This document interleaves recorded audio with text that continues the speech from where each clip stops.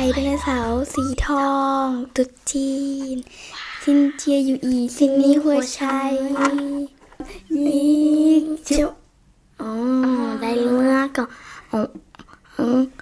ไม่เลือกเอาอันไหนก็แล้วกันโอเคอันนี้กันแน่อันนี้คือได้เจลลี่โลกาว้าวนี่ชิมด้วยนี่โชยเขาดูก่อนว้าวขอกินหน่อยเดี๋ยวโฟกัสก่อนว้าวมันไม่มีลายโลกชิมด้วยกินด้วยเปรี้ยวมาก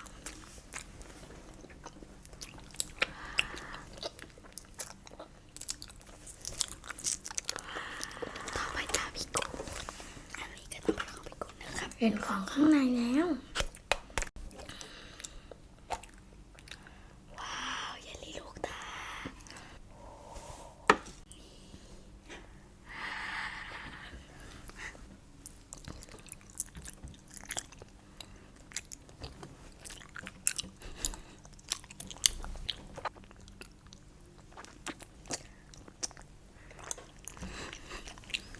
อันต่อไปไม่ใช่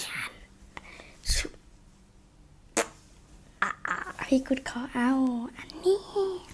ว้าวมาใส่ช้อนถูกโอเค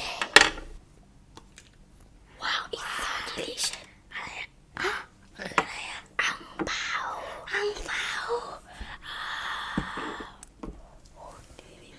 มีตังอยู่ข้างในอะไรอะ1,000 บาทแบงกาโมไม่ใช่แบงกาโมอันนี้ให้จริงไหมนะแม่กูได้ 1,000 บาทอย่าผมขอโทษอีกอันนึงว้าว it's so delicious ว้าว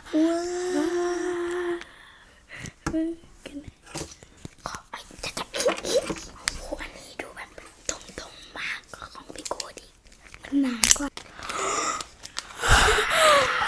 เล็กน้อย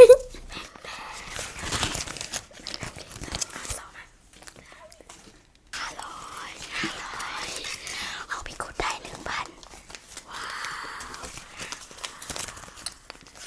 กินไข่ทองคำเลยว้าว it's so delicious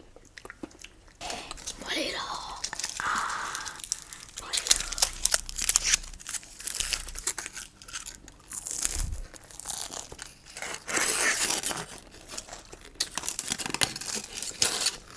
อร่อยมาก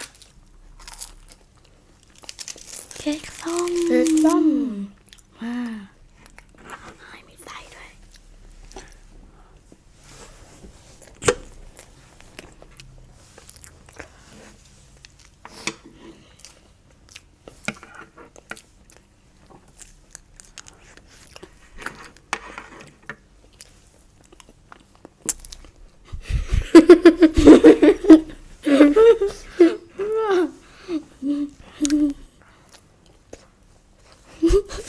ต่อไปซาลาเปานี่ตู้ข้างบ้านผมก็กินนะครับนี่อันนี้เป็นรูปพีช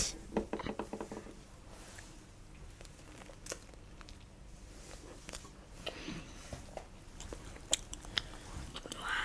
ว